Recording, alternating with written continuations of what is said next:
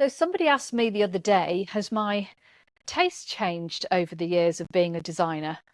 And I did give it a moment of thought because I don't think my tastes necessarily have changed.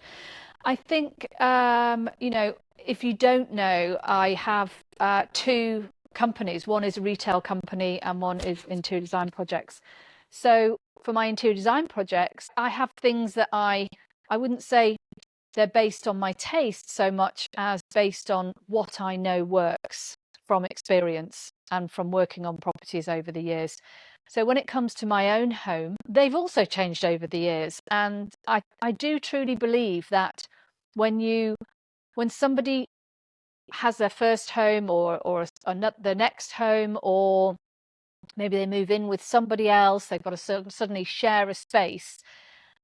When you think about, okay, well, I love tiger print, for example, and he loves Ferraris. How are we going to blend those together, in a home?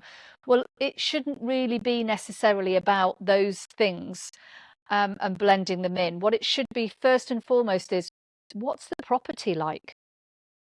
What's the room like? What does it need from you?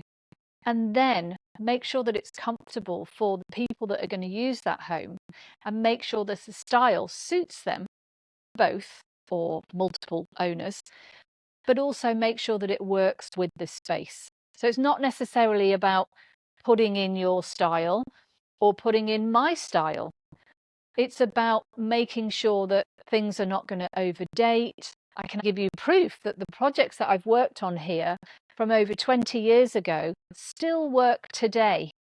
Things that have been put into those properties, they're still working today. My clients still love them. I go back to those homes, they haven't changed a thing.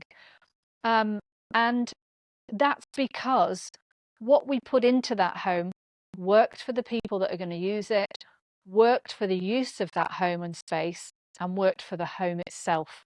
So I think that if a designer says to you, well, my style is, run a mile, you know, don't hire them.